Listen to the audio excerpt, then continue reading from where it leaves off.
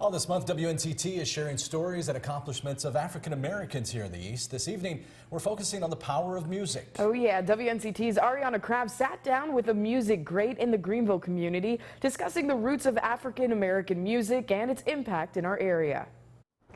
The art and music scene in Greenville is expanding through events like the African American Music Series here at Emerge Art Gallery, and you might be surprised who had a hand in getting it all started.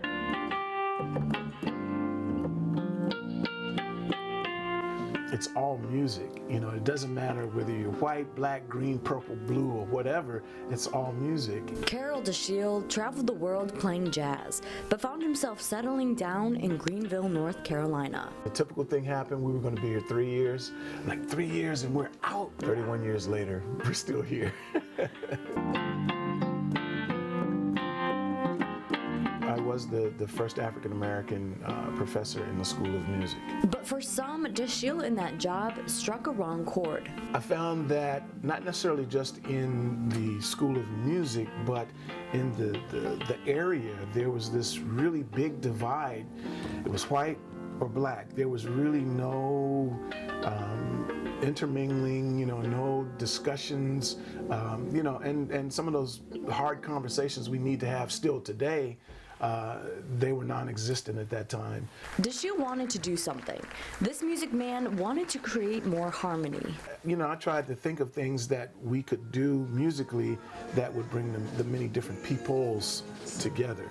And so I came up with several shows, and it's been challenging, but it's been good.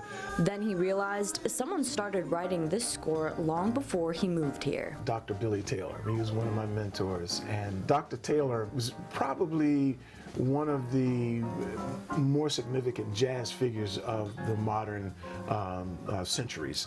And he was born and raised in Greenville. DeShield hit on an inspiring note, a mural to honor Dr. Billy Taylor.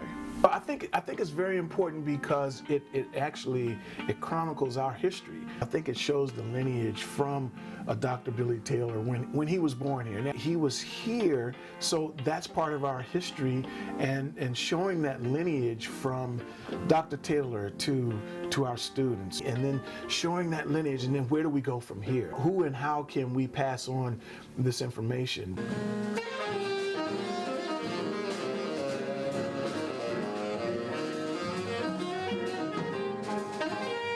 The music of jazz was a music that was, in my opinion, it was a music that was developed and started by African Americans. But now it's a music of all peoples. DeShield wants to see more people joining in, getting an appreciation of Greenville's African American roots. My hope is that the opportunities to be inclusive of the African American heritage in our uptown area and our arts district, I'm hoping that those opportunities will flourish. And that the music of his people is in everyone's life. Sometimes we don't realize that it's there, but when you're riding up Greenville Boulevard, you know, your tires are making a noise. You don't even realize it, but that's what's happening. And that rhythm, that syncopation, is part of the African American culture that the African Americans brought to not just Greenville, but to the United States.